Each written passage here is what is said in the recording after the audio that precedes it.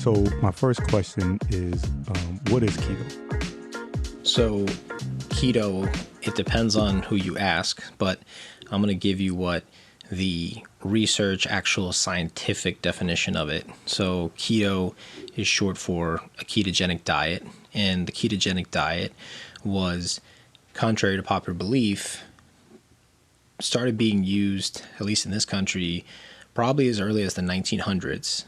So this whole concept of it being this like fad diet of the late 2000s or anything like that, nothing could be further from the truth. So ketogenic stands for in the absence of carbohydrates, right? So people know that, quote unquote, you need carbs for energy.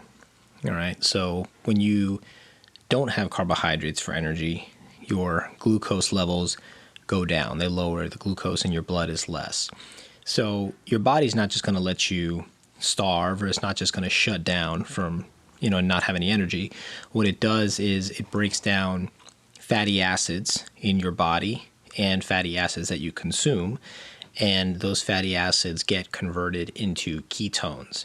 Ketones, if you think about it just like glucose, it's just an alternative fuel source, right? So it's like the difference between running on diesel fuel and running on 87 octane. It's just a different source of fuel. So that's really what it is. And so when you say keto or a ketogenic diet, in the traditional sense, as it was developed, the goal is lower the body's glucose levels so that you can use these ketones.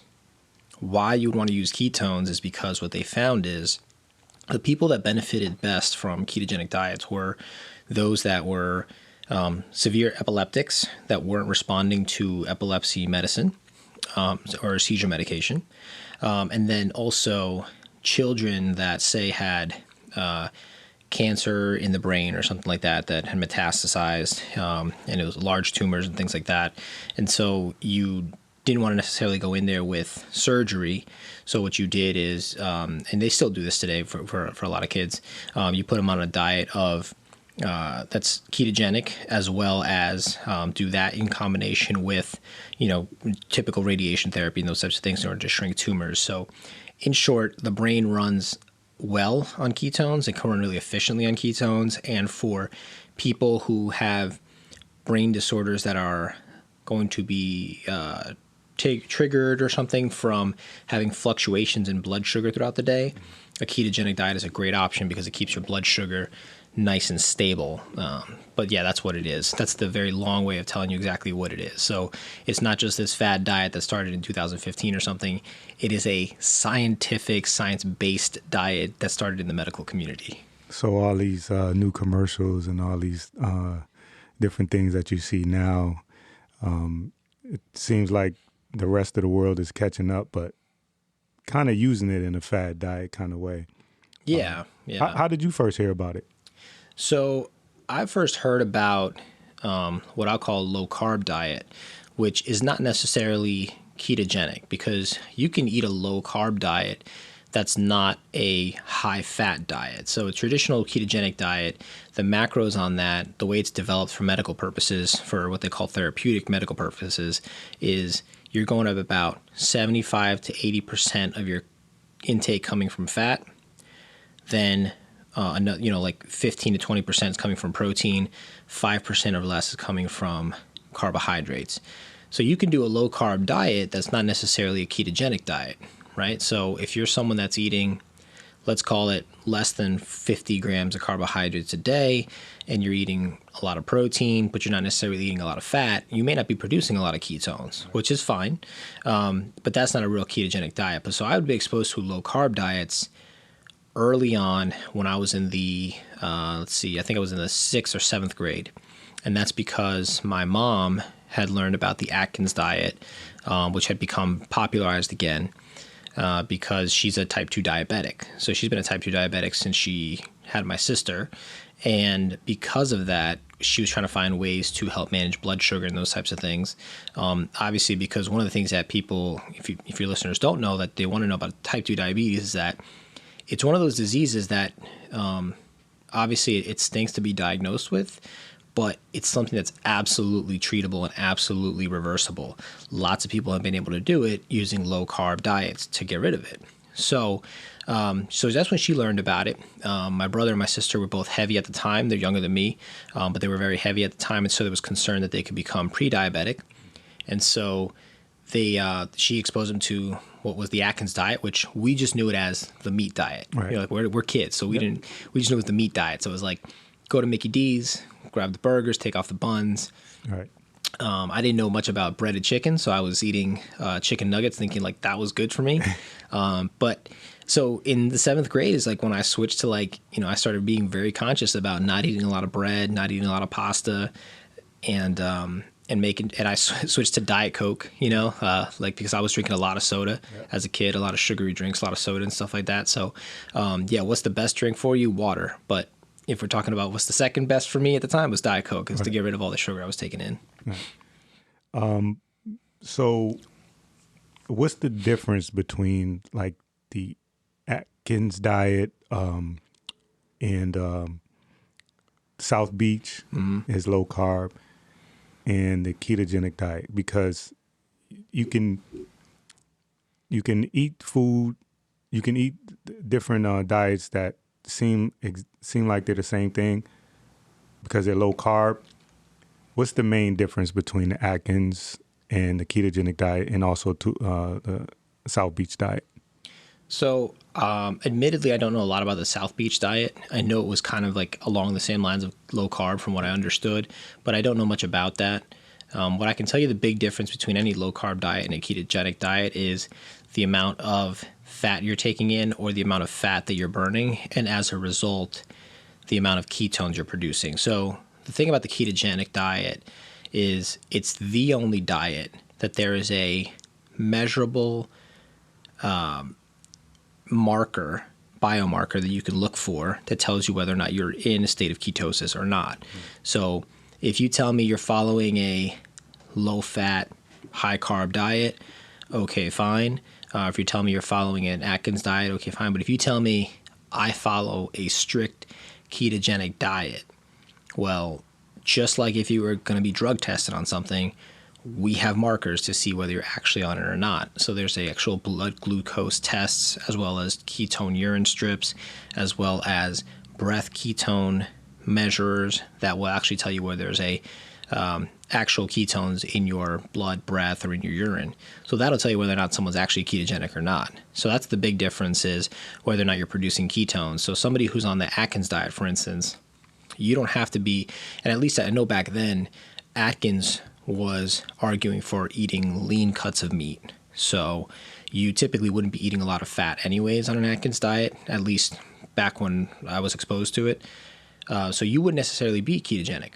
Now, you would still be burning some body fat because you're lowering your carb intake, and it's still a low-carb diet. But because of the amount of protein you're taking in, you're probably not ketogenic if you're eating a lot of protein and not enough fat. So, again, either diet is great.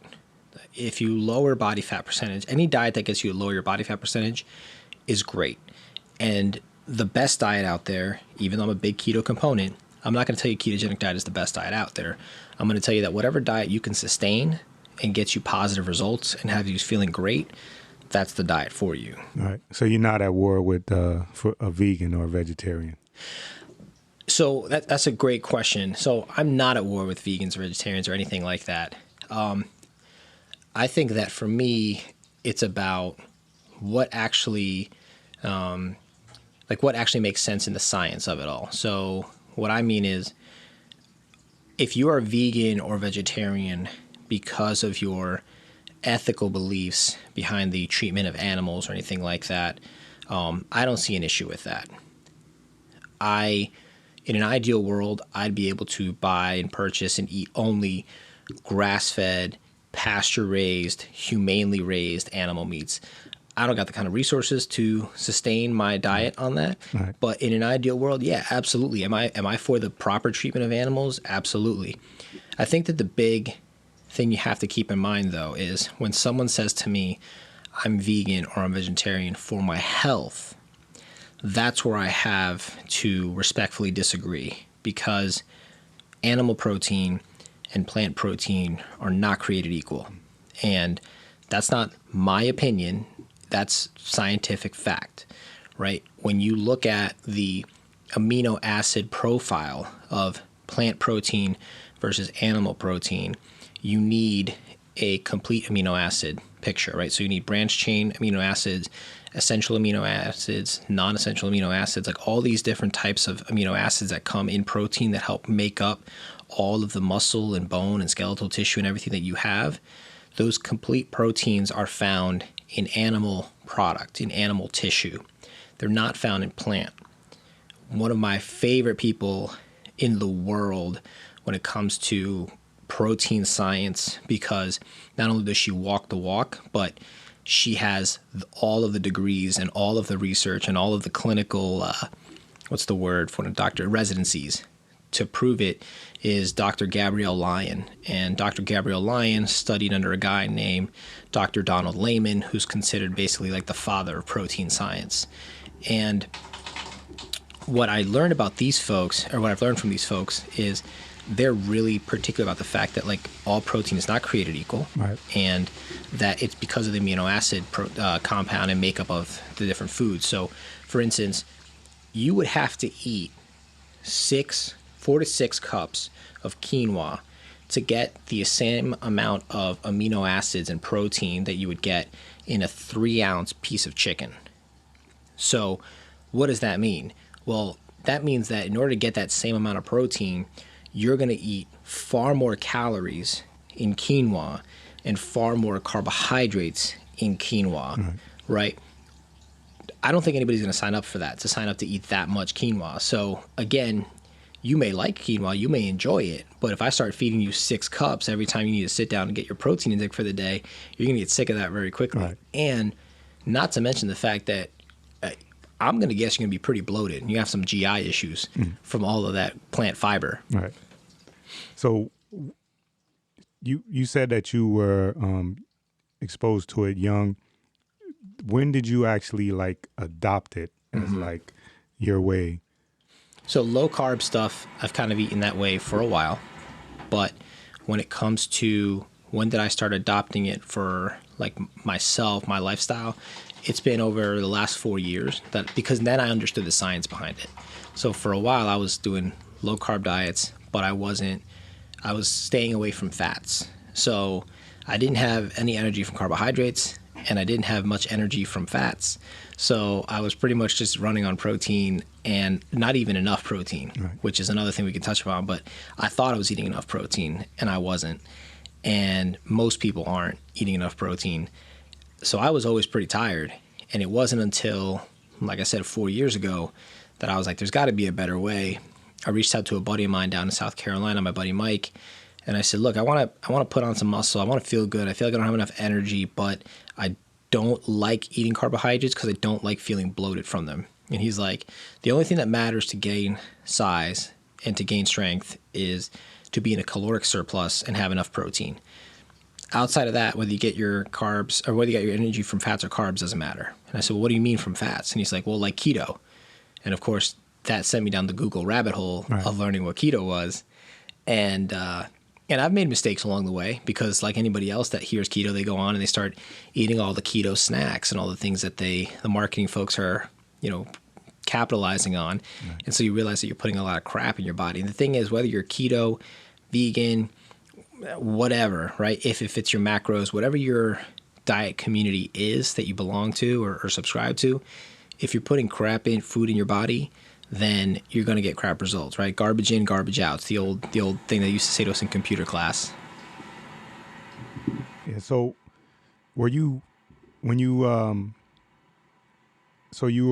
for me, I had the same kind of experience where I was feeling lethargic, and I was talking to a coworker of mine, and he asked me like what I ate, and when I told him, he's like, you eating low carb, but you don't have any energy. So why? He said, you ever heard of keto? I was like, nah, never. I did the same thing. I went started Googling and looking up, and I come from finish everything on your plate, and that's macaroni and cheese, that's pasta, that's bread, and then actually start reading that actually you don't really need those things, and you're going to replace it with fat and animal fat and butter and lard, and it was counter to what I grew up knowing. Or we even had that the pyramid where you had your grains and all that stuff. So, and this was told to you by people who you thought had your best interest, and who they were the smart people, and so Well, the one thing I would ask you though, because this is a good point, is now, were you told that by? You were probably told that by your parents or your grandparents in terms of like what you eat on your plate. oh yeah, you gotta get you some, get you some of those get you some bread, make Right, sure you right. have that, and get you and but don't get me wrong, they said have some vegetables too. But here's the thing though, is I'm willing to bet that if you went back to like your great grandparents and their grandparents, they probably were told and or were cooking in butter and lard and all the good fats, the natural animal fats. Because this is the thing, is that people talk about fats and animal fats as if it's like this demonized thing. That's the original fat. Like that's what you cooked in, that's what you ate. And when you talk about like people coming at you and talking about eating wholesome food, nutritious food, unprocessed food, it doesn't get any more unprocessed than animal fat. Right. It's literally kill said animal, extract its fat, use it, right? The whole like health, I'm going to quote health food kick of canola oil and vegetable oils and all that stuff. I mean, that stuff is terrible for you. And even if you do no research on it to read about the metabolic like disaster that it does inside of you, all you need to do is look up how those things are processed, like in order to yield it, and you'll see all the types of toxins and stuff they have to use to get that, because it doesn't naturally occur in nature. Right. So when we talk about unprocessed food, what your great-grandparents, my great-grandparents, what everybody was cooking and living off of was fat, like animal fat, animal lard, butter, all that stuff. Yeah, you remember that, and they didn't throw away. If they cooked bacon, they didn't throw away the grease. Yeah, you kept it. It sat on the container, in the container on top of the stove, and they continued to cook from that. Yep. But you weren't hesitant due to what you were taught in the past to add, like when somebody says, say, I know different now, but when somebody says, add more butter to something, that didn't, even as you reading it, and you said you went down that Google rabbit hole, that didn't make you go, I don't know if that's the butter. I never heard that more butter is good. So I'm kind of a skeptic in nature. So if you tell me anything, and I always used to say this even when I was in high school, one of my pet peeves is when people say, well, they say that, or people say that, like I just said. So I always used to respond to people and be like, who says that? Right. Like, who's they? Like, what are they's credentials? That's what I want to know. So I've always been skeptic in nature. So when someone said to me, keto and you eat fats for energy and stuff, I didn't dismiss it and say, that sounds crazy to me. Right. Cholesterol, blah, blah, blah, blah, like all the stuff I hear from people. I just said, okay, let me look at the research. Right. And so I look at, the thing is that all this stuff's available, right? Like you can go to PubMed and search medical journals. You can search all this stuff. Even if you're not super savvy with all that stuff, you can Google like scholarly articles on cholesterol or anything like that. And then there's tons of books out there that are written by people who have the right credentials and actually have the right studies to show you that it actually is healthy for you and that it doesn't ruin you.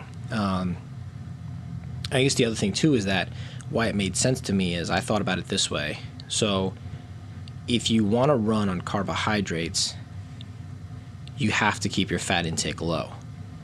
If you want to run on fats, then you keep your carbohydrate intake low. So whether you go high carb, low carb, or vice versa, what I tell people now is you got to pick which horse you want to ride, because the problem is when you have both elevated levels of carbohydrates and fat, because that is the standard American diet. Right.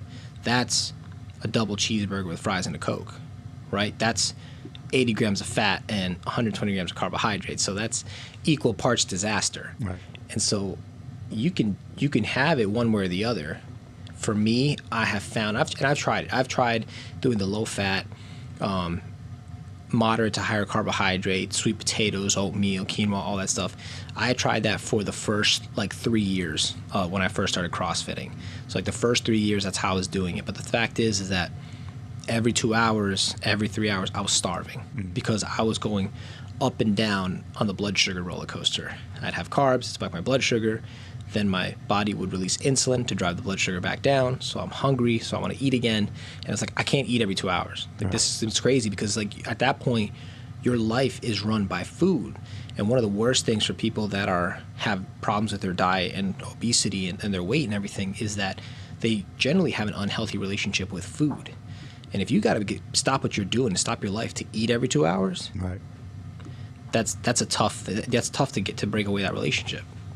So what would you say, because you touched on, the working out portion of it. What would you say, how long would you say before you started to get the benefits? And what would you say the benefits were that you experienced? So the benefits, I think that pretty early on, I'd say within probably 2 to 3 months, I started feeling really good with my workouts. I didn't change anything in my workouts. I was still doing typical CrossFit workouts, so high intensity stuff for 12, 15, 20 minutes at a time with some compound lifting. My whole workout itself is less than 45 minutes. So I believe in making efficient use of my time as opposed to moseying around the gym and taking selfies in between and stuff like that. So I'm just trying to get in, get out.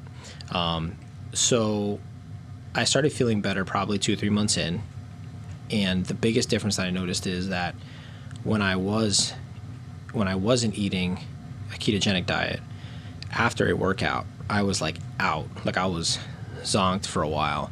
I remember doing a CrossFit competition, one of my first CrossFit competitions, where I was in South Carolina, and I actually did experience what a lot of marathoners will call bonking. So bonking is a term they use in marathons. Marathoners are notorious for using a lot of carbohydrates and a lot of glucose. And those little gel packets, right? The goos and stuff like that. So big bowl of pasta the night before to fill up their glycogen stores, and then goos throughout the race so that they still have glycogen. Well, what ends up happening is when they cross the finish line, you see these marathoners sometimes that they just collapse, or they have to be carried off or something like that. So I experienced that same feeling. It was terrible. I wouldn't wish that on my worst enemy. I've experienced that coming off a rower at the end of a CrossFit competition in the sun. And I remember my wife, I could barely speak to her. I just kept saying Gatorade, Gatorade. So I just needed to drink. Right. And my whole body was cramping. So bonking happens when you go through all of your glucose and then you start hitting the wall big time because your body starts freaking out because it doesn't know what to do. So I used to get to a lesser extent, I used to get those kind of experiences after I finished a CrossFit workout.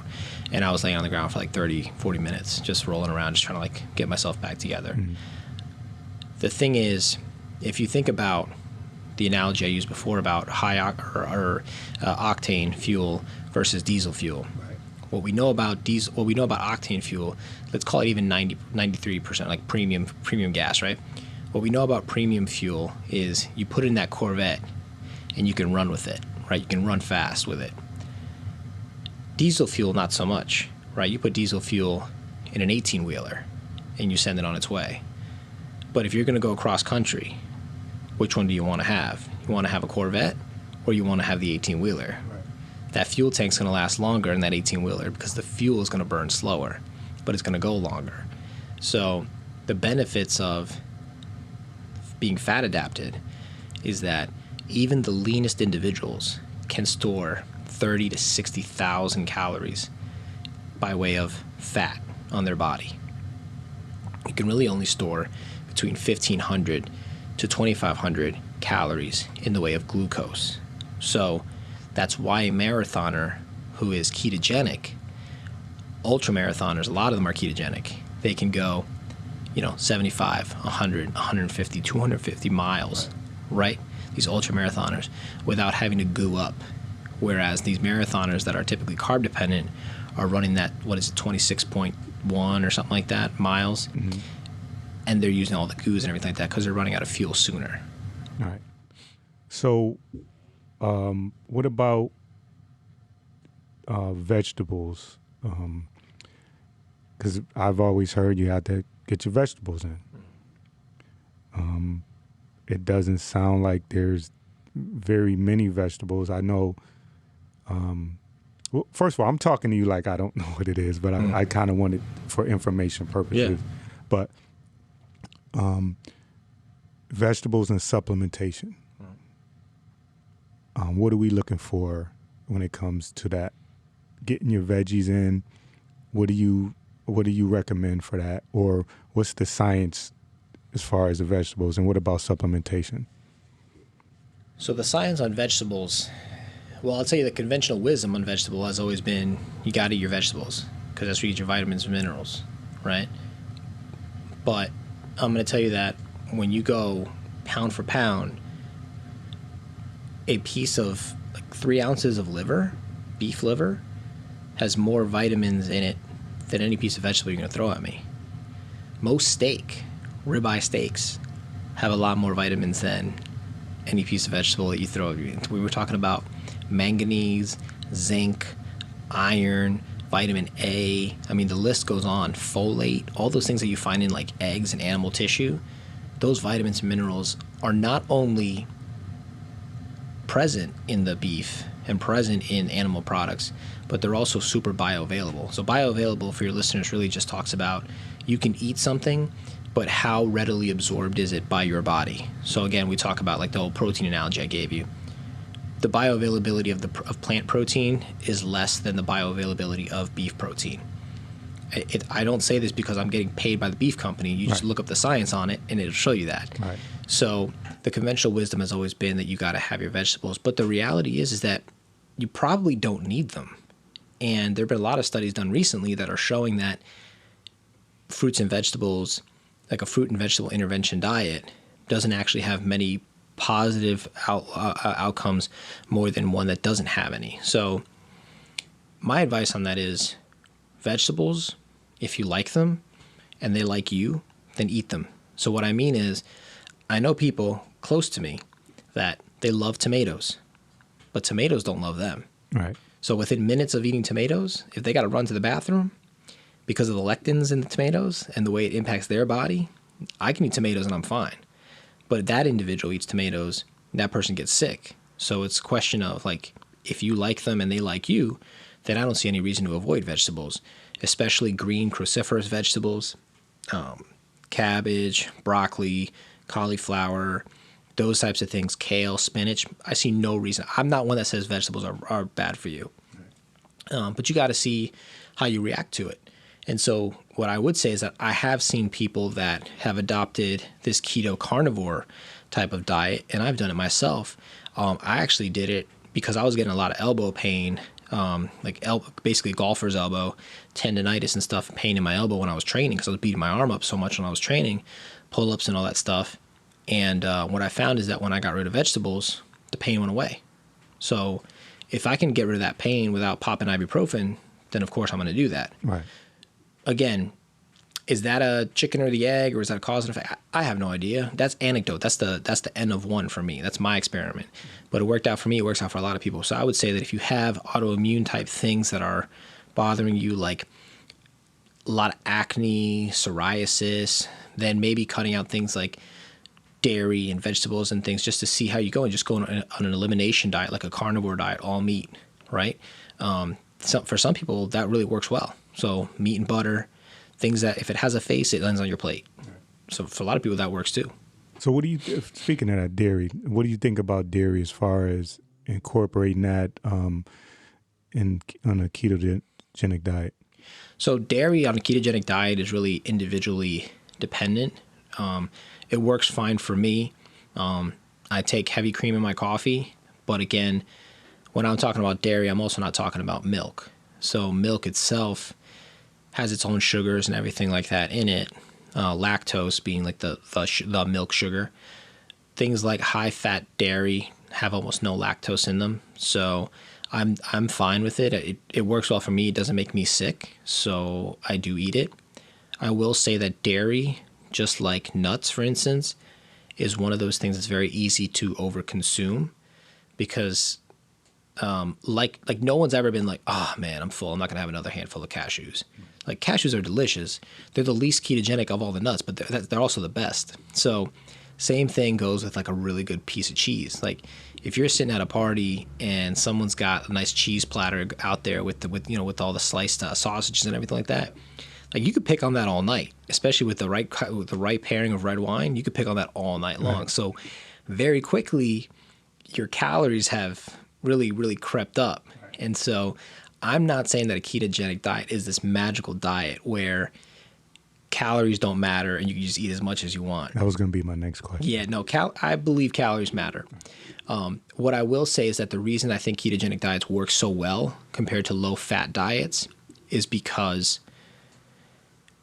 you will naturally eat less calories when you're eating a ketogenic diet because typically the foods that you are eating are more nutrient rich. And if they're more nutrient rich, they're going to send bigger signals of satiety. So you're going to feel more full, right?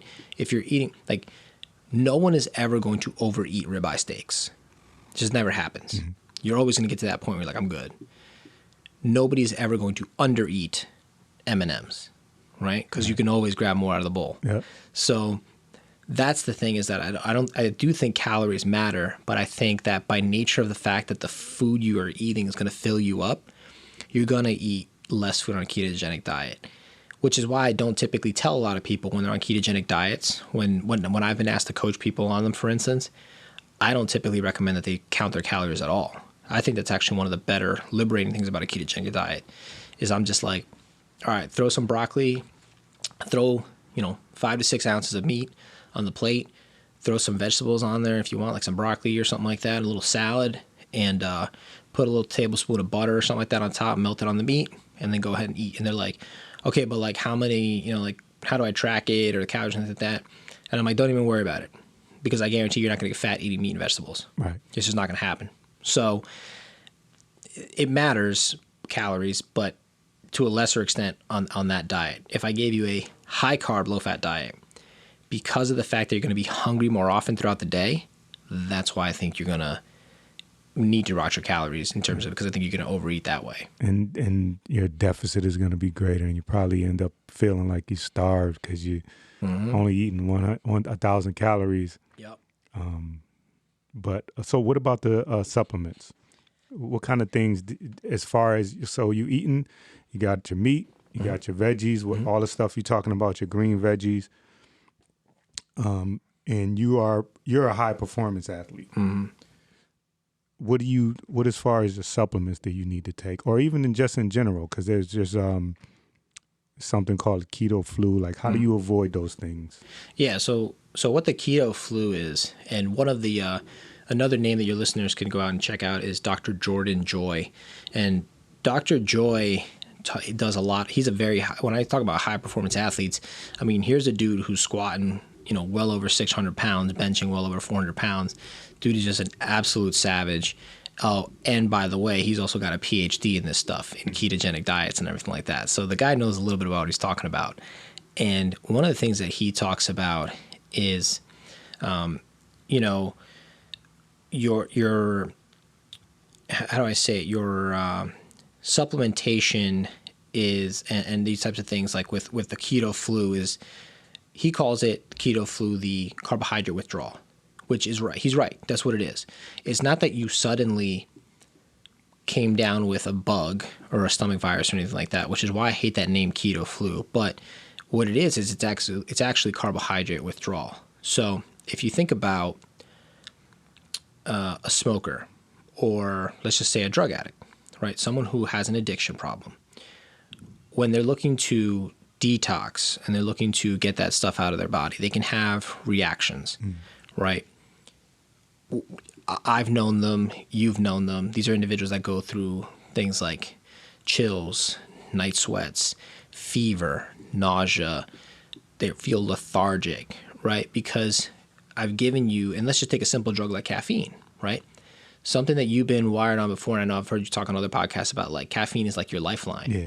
Well, if suddenly I just pull caffeine out of your system for a bunch of, for like, let's call it a week, you may experience some withdrawal, right? You may experience some headaches, lethargic feelings and everything like that. So you might have some issues there. That's what happens for someone who is used to eating a high carbohydrate diet, and then you suddenly take them away, because there is an addiction component, especially if, and I guess we should differentiate this, especially if the carbs they're having is what I call garbage, right?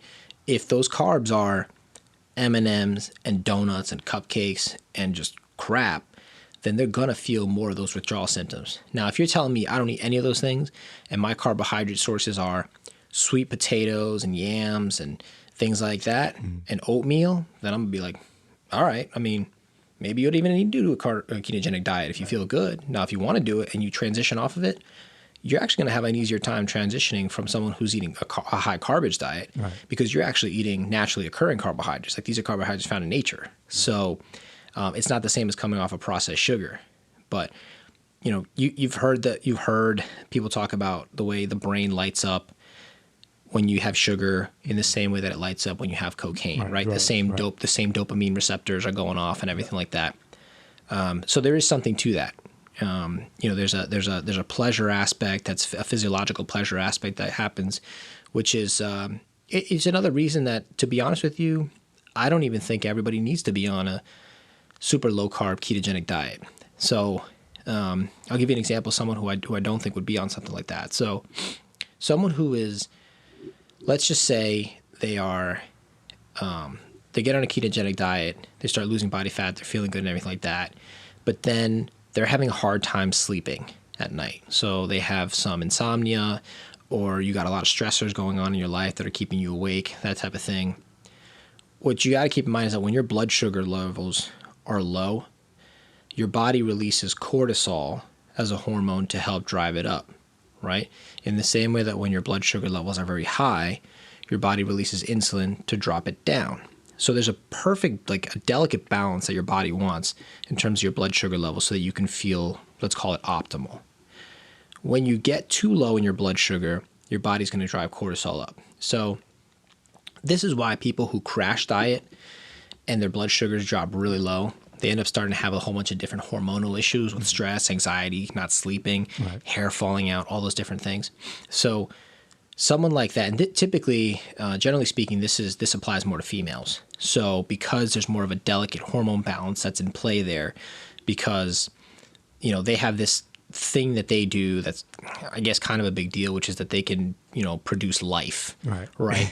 something that we know nothing about. It's kind of a big deal. Yeah. So ladies have a very delicate balance of stuff going on there. So when if their cortisol level is super high, then I would say women actually can benefit from having some carbohydrates. Men too, but I think generally women do better with having some carbohydrates, especially around their menstrual cycles and things like that.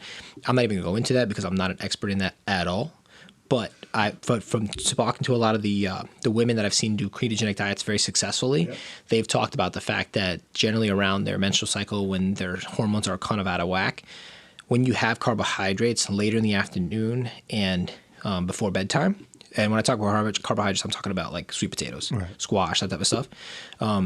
It actually will help to lower cortisol levels so that you can actually sleep and relax and de-stress.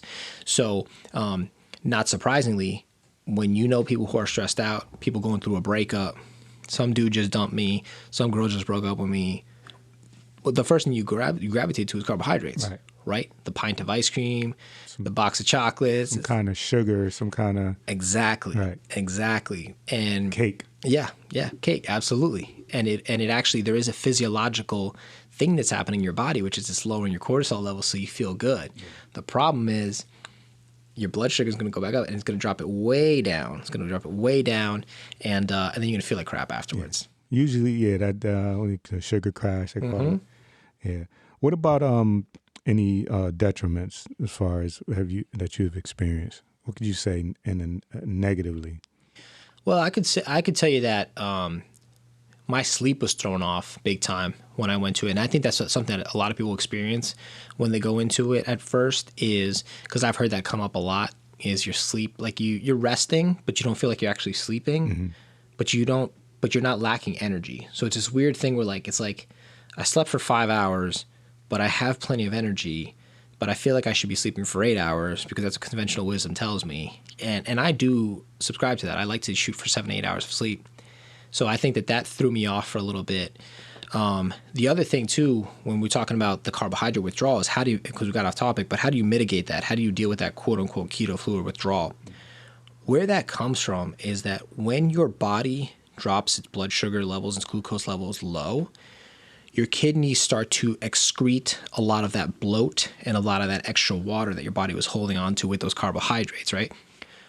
The second part of the word carbohydrate is hydrate. It's water. So the more carbohydrates you're intaking, the more water you're retaining. So once you lower those carbohydrate intakes and you start looking all good and feeling all good because you dropped 10 pounds, you're like, oh my God, I just burned 10 pounds of fat in 2 days. Sorry, it's water. Water, right. It's water. I mean, hey, good for you. You're in the right direction. You're definitely getting into ketosis, right. But you're reducing water, so you're peeing a lot more, you're sweating a lot more, which is great. Except that you're also losing a lot of electrolytes that way. And so just as bad as fat, like literally just as bad as the way fat has been demonized, the other thing that's been demonized is salt. Yes. So it's got to be low fat, low salt, right? All this nonsense that you see marketing wise. Salt is probably one of the most important things that human beings can have in their body at all times. You can live for a long time without fat. You can live a long time without food. You can live quite a substantial amount of time without water, provided that you have enough sodium in your body. If you don't have enough sodium in your body, you'll die. So this concept of salt being bad for us is, I mean, I know where it comes from. It comes from the fact that you're eating a high fat, high salty diet with carbohydrates. Right. So you're retaining a lot of salt, you're retaining a lot of water, sodium levels are through the roof, your blood pressure's through the roof.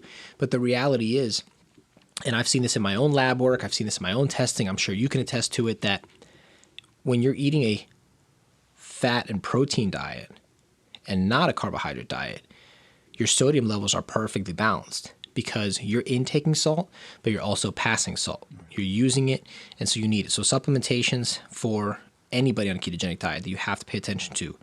You got to have sodium. I do it by way of pink salt, right?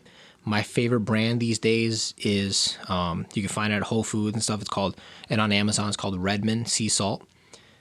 Redmond's is the bomb. It's literally straight from a salt mine in Utah. It's not processed. It's not refined. It's just mined and thrown in a bag. It's amazing, and it tastes great. I never thought that salt would actually have a different taste to it. But my wife lost her mind when she tried this salt. So sodium, salt, you got to have. Magnesium, you got to have. Not all magnesium is created equal. Magnesium glycinate seems to be the best absorbable magnesium. You can buy it on Amazon too. Lots of foods also have magnesium. Ribeye steak has magnesium. Lots of different meat has magnesium. So salt, sodium, magnesium, and then potassium.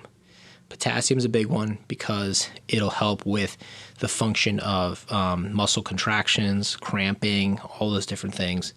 So yeah, you got to drink a lot of water, and you got to make sure those electrolytes are up to par. And the question I always get is potassium. Oh, so you talking about bananas? Nope, not talking about bananas. Avocados. Avocados have double the potassium of banana and far, far, far less sugar. Right. What about no salt? It's the no salt. That I guess it's I guess it's low sodium, but it's marketed with a lot of potassium. Yeah. What's the there's a company that makes it, I think it is. I can't think of the name of the company. Yeah, potassium supplementations are good either way. Yeah, so there are a couple different potassium supplements out there. If we're talking about getting it from from a food source, then I would say that that makes a lot of sense just to go with something like an avocado. But I do know that there's some sort of potassium supplements that are out there as well. Potassium citrate is a common one. And I think that thing you mentioned, the no salt, I'm pretty sure I've heard of this before. It's basically like electrolyte supplement. Yeah. Let's see, we're pulling it up on here.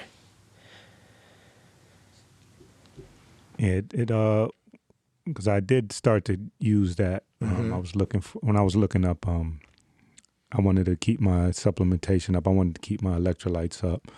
Yeah, I don't know a whole lot about it. I mean, it says no salt. It's here online. It's called like a sodium-free salt. So it must be something. I wonder what's actually in it in terms of like the stuff that they have in it. But it definitely is high in potassium, according to the the label. To the label. Yeah. I mean, and that might work just fine. I mean, unless you're eating. I personally like avocados, even on days when I'm eating very low vegetables and stuff like that. I'm still going to have a carbohydrate. Always have an avocado. So even if I'm decided like in March, I've been playing around with this idea of going like a couple of people I know do this March meatness. So it's like only meat for all of March. So I've been thinking about playing around with that and trying to go carnivore the whole month of March, but. I'm still going to have avocados because that's a non-negotiable for me. I love avocados. I put the pink salt on them. It's amazing. Tastes great, and I love it. And again, it's one of those things like my grandparents swore by avocados. Like people from my family's like native country of Cuba swear by avocados because they understand that it's natural, healthy fats that you're eating. All right. So now let's get into a little bit more personal for me. And even though you suggested it, and I think you were joking, but I think you were taking a shot at me too, talking about the protein importance with aging. Yeah. No, that's awesome. Taking a shot at my age, that's okay. No, so here's the thing is that when I talk about, and again, this is the work of Dr. Donald Layman and Dr. Gabrielle Lyon. When we talk about, and they talk about protein when you're aging, when I say the aging, I'm talking about guys my age. So I'm talking about once you get into your 30s, you got to be really paying attention to the protein piece, because here's the thing. The recommendation, like I put a thing out on Instagram the other day, and I put a question out about how much protein do you absorb in one meal, right? And I put 3 options on there. I said 20 to 25 grams, 30 to 40 grams, or all of it. A lot of people answered all of it, which I was surprised. Most people answered 20 to 25 grams because that's what we've always been kind of told. You get 20, 25 grams of protein, 30 grams of protein at max, and then the rest of it's just wasted, right? So the correct answer is all of it. And what I tell people is when you eat 6 cupcakes, you don't just absorb 5. You don't just absorb 4. I wish it worked that way. Right? But it doesn't. You observe everything that you put in your mouth. So where the recommendation came from 20 to 25 grams, that's been like, again, quote unquote, conventional wisdom for so long, is that came from studies where they were studying muscle protein synthesis in 17, 18-year-old males. Now, I know for me, and I'm sure you can attest, that when you were 17, 18, you could get away with a lot more than you get away with now. Yeah, easily. Right? You talked about in your last podcast, you talked about playing basketball and being able to run up and down the court and cut, and it seemed like every rebound was in reach and everything like that. You're a different animal at that age, right? The older you get, you start to develop this thing called anabolic resistance. Anabolic resistance, what it means is that it requires more protein to generate muscle protein synthesis in the body. So the specific metabolic pathway that starts muscle protein synthesis is called mTOR, mammalian target of rapamycin. All you need to know is, without geeking out on it, is that it's how your muscle protein synthesis happens, right? It's how you repair and grow muscle tissue. So when you're 17, 18, 20, 25, you can get away with, a shake that you're sipping on throughout the day, 20 grams, 25 grams, 30 grams, whatever. As you get older, you require a lot more protein in order to generate muscle protein synthesis. So that number is actually more so like 30 to 50 grams per sitting, right, per serving. So, and it's got to be in one shot. It's what we call a bolus dose of protein. So guys like you, guys like me, more so you, you're going to require more protein because you're getting more anabolic resistance. So the way you do that is you got to plan out what you're going to eat and the simplest way to do it, like the way I've been doing is, when I wake up in the morning, breakfast is not always my first meal. A lot of times it is, just because I'm not crazy big on the whole intermittent fasting thing. From what I understand about the science of intermittent fasting, you actually really got to be closer to like 24 to 35 hours of fasting for you to actually have like autophagy and all the things that they're talking about happening where your cells are recycling. I don't know many people that are going to do that. No, I'm definitely not. So for me, it's just like, if I wake up and I'm hungry, I eat. If I wake up and I'm not hungry, I'll have my coffee, a little heavy cream, and I just go about my day. Like today, I didn't have my first meal until 1 o'clock. But that first meal, whatever time that is, you have to make sure it is a high protein meal, because that's what's going to kickstart the system for muscle protein synthesis. And our goal should be to be generating muscle protein synthesis every 3.5 to 4 hours. And obviously you're going to go to bed, you're going to go to sleep. You don't have to wake up in the middle of the night to eat. But so what does that mean for me? I'm going to have, like this morning, I had 6 eggs and an avocado. So generally anywhere between 6 to 8 eggs is going to be my sit down, because that's going to get me about 50 grams of protein that I want at that sitting. And then 4 hours later, I'll look to do something like that. Like just before you got here, I had plain Greek yogurt, which has in itself 18 grams of protein, and then I put in another 35 grams of whey protein powder in it, mixed it up, and that's what I ate. So that'll sustain me until I decide to get my next protein meal. So the question is always like, well, how much protein do you need? So what you're ideally looking for is 1 gram of protein per pound of desired body weight. So me, I'm happy being at like 168, 170 the way I typically weigh. So I'm usually looking for anywhere close to 160, 170 in terms of grams of protein. And I feel great on that. So does that matter if you're male or female? Absolutely not. What if you're a guy who's, say, 252 pounds and you would like for you to be 220 pounds? So you're shooting for that 215 to 220 grams of protein, maybe 210, maybe 200. So the thing is I'll let that guy know he had a question for you. Yeah, so I'll let him know. So the science behind it doesn't tell you that protein is going to be bad or protein is going to be harmful to you. It's also not going to damage your kidney. There's actually no clinical. The funny thing is that of all the different experts that I subscribe to and listen to and read from, they vary on whether or not they think ketogenic diets are healthy or low-fat, high-carb diets are healthy. So they're actually at each other's throats almost all the time, right?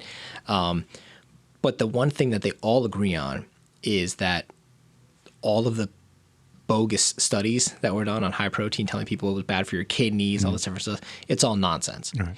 And so now you have people, actual scientists, PhDs in the field, that are telling you that, hey, listen, we may not agree on everything, but we can all agree that you need protein, you need adequate protein, and protein is not harmful to your body.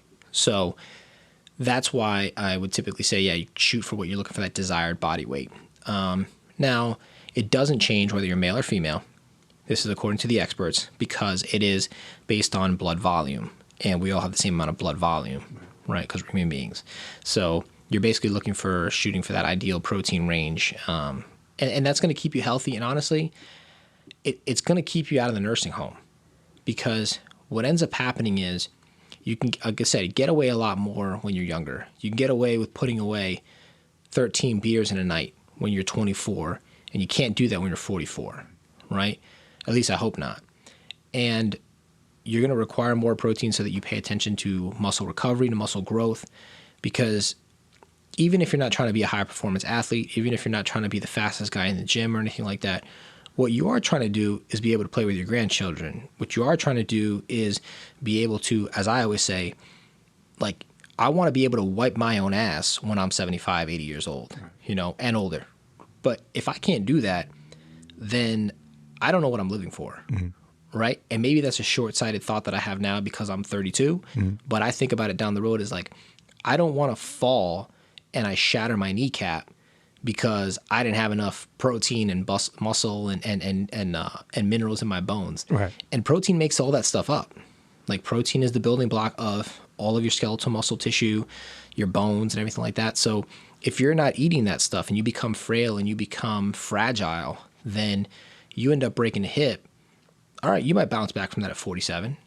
You're probably not bouncing back from that at 67. Definitely not bouncing back from that at 87. Right. You break a hip, you end up at the home, you die of pneumonia. Right. Right?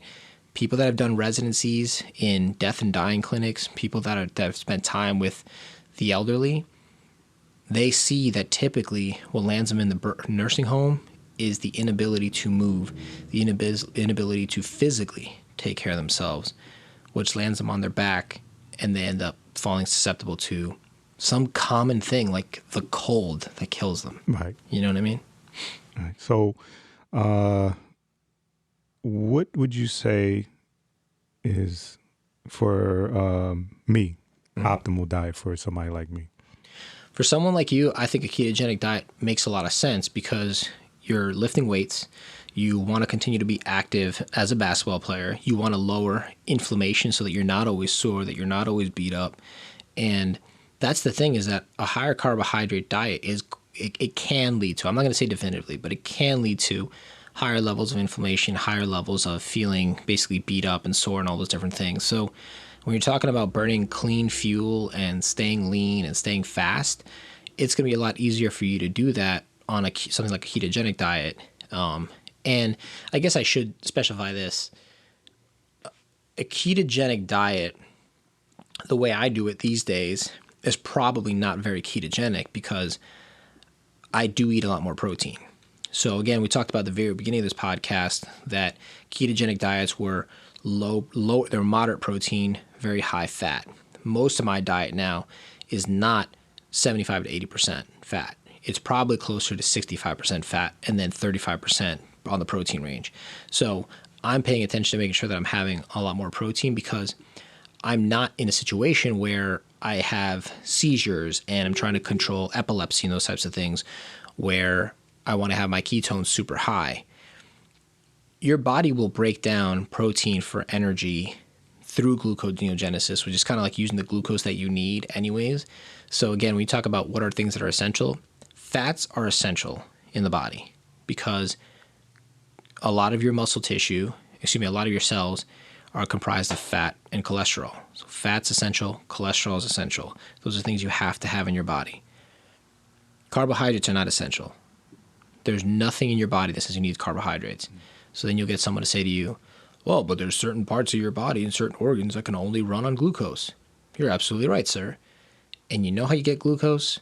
When your body breaks down protein through a process called gluconeogenesis, and it gets you the necessary glucose you need from protein. So your body can do that all on its own. It's designed to do that. When you eat muscle, meat, animal tissue, you eat animal tissue, you get the protein that you need and the glucose you need from that. And you also get the essential fatty acids that you need for cholesterol health, for cell health, for all those different things. Carbohydrates, I would equate it to being almost like a performance-enhancing drug. If you wanted to use it before a big performance situation, basketball game or something like that, and you're like, you know what? Before I go on the basketball court, 40 minutes before, I'm going to have, 2 cups or something of white rice or whatever the case may be, or a sweet potato, then great.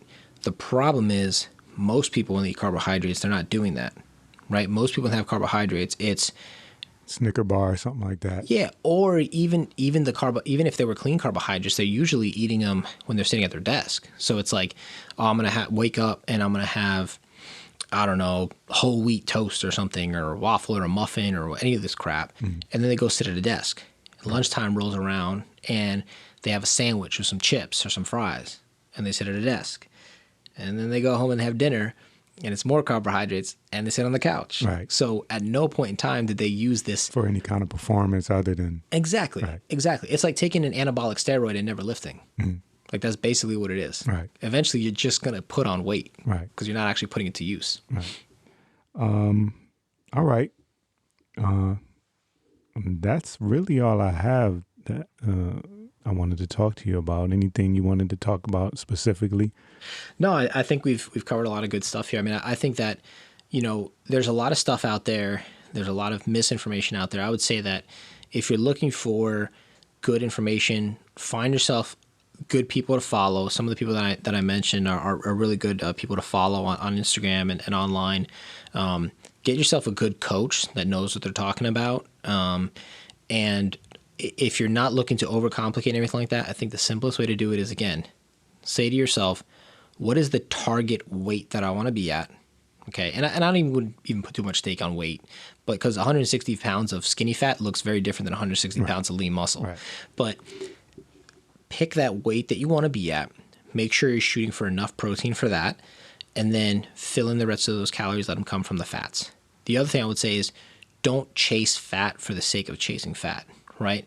The big thing, I've done it, everybody's done it that's done keto, is this whole like we dump the butter in the coffee and everything like that. Yep.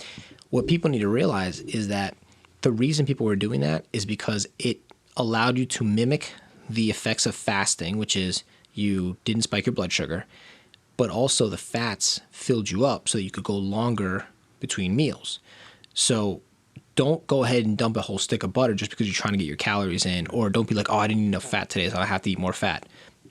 Especially if you've got extra body fat to lose, your body will get enough fat right from your hips. Right. So don't overcomplicate it. Yeah, I'm here to testify that. Yeah, don't overcomplicate it. Just hit your protein macros or number, and make sure you're eating good quality animal protein, and then go from there. Keep it simple. All right. So do you want to take a shot and tell people? Do you mind people following you? No, yeah, Okay, yeah, so absolutely. So I'm really easy to find on Instagram. My handle is just Channing Vidal, ChanningVidal. Now that's going to be a mix of fitness and my life and stuff, snippets and stuff and information that I like to put out there.